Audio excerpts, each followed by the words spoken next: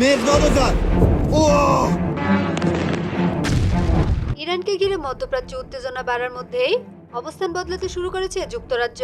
দেশটির প্রতিরক্ষা মন্ত্রণালয় জানিয়েছে, যুক্তরাষ্ট্র ইরানের বিরুদ্ধে নির্দিষ্ট কিছু প্রতিরক্ষামূলক অভিযানে ব্রিটিশ সামরিক ঘাঁটি ব্যবহার শুরু করেছে।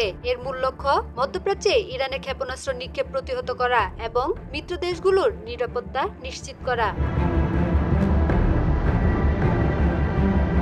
বিবৃতিতে বলা হয়েছে, ইরানের কর্মকাণ্ড এই অঞ্চলে থাকা ব্রিটিশ নাগরিকদের জীবনকে ঝুঁকির মুখে ফেলেছে। তাই ব্রিটিশ স্বার্থ ও মিত্রদের সুরক্ষায় রয়্যাল এয়ারফোর্সের টাইফুন ও F-35 যুদ্ধবিমান জর্ডান, কাতার ও সাইপ্রাস সহ পুরো অঞ্চলে বিমান অভিযান চালিয়ে যাচ্ছে।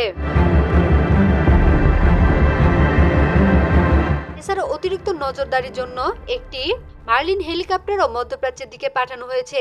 এর মধ্যে আকাশপথে গোয়েন্দা নজরদারি বাড়ানো হবে এবং আগে থেকে মোতায়েন করা প্রতিরক্ষামূলক সক্ষমতাকে আরও শক্তিশালী করা হবে বলে জানিয়েছে লন্ডন। তবে বিষয়টি নিয়ে বিতর্ক তৈরি হয়েছে, কারণ ইরানে ইসরায়েল ও যুক্তরাষ্ট্রের হামলার পর ব্রিটিশ প্রধানমন্ত্রী কিয়ার স্টারমার বলেছিলেন, ইরানের বিরুদ্ধে কোনো হামলা বা যুদ্ধে জড়াবে না যুক্তরাজ্য। কিন্তু মাত্র এক সপ্তাহের ব্যবধানে সেই অবস্থান থেকে সরে আসার ইঙ্গিত মিলছে। বিবিসি জানিয়েছে, ইরানে হামলা চালানো মার্কিন B-1 বোমারু বিমানগুলো সরাসরি যুক্তরাষ্ট্রে না ফিরে যুক্তরাজ্যের RAF ফেয়ারফোর্ট বিমান ঘাঁটি ব্যবহার করছে। শুক্রবার রাতে ইরানে হামলার পর শনিবার ভোরে অন্তত 3টি B-1 বোমারু বিমান সেখানে অবতরণ করেছে।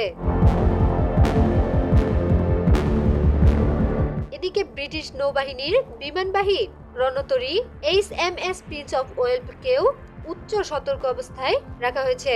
ফলে মাত্র 5 দিনের নোটিশে এটি মধ্যপ্রাচ্যে মোতায়েন করা সম্ভব হবে। বিশ্লেষকদের মতে, ইরানকে ঘিরে চলমান উত্তেজনার প্রেক্ষাপটে যুক্তরাষ্ট্র ও তার মিত্রদের সামরিক প্রস্তুতি আরও বাড়ছে এবং এতে নতুন করে প্রশ্ন উঠছে, মধ্যপ্রাচ্যের সংঘাত কি আরও বড় আকার নিতে যাচ্ছে? Atika Sultana, news desk, news 7 BD।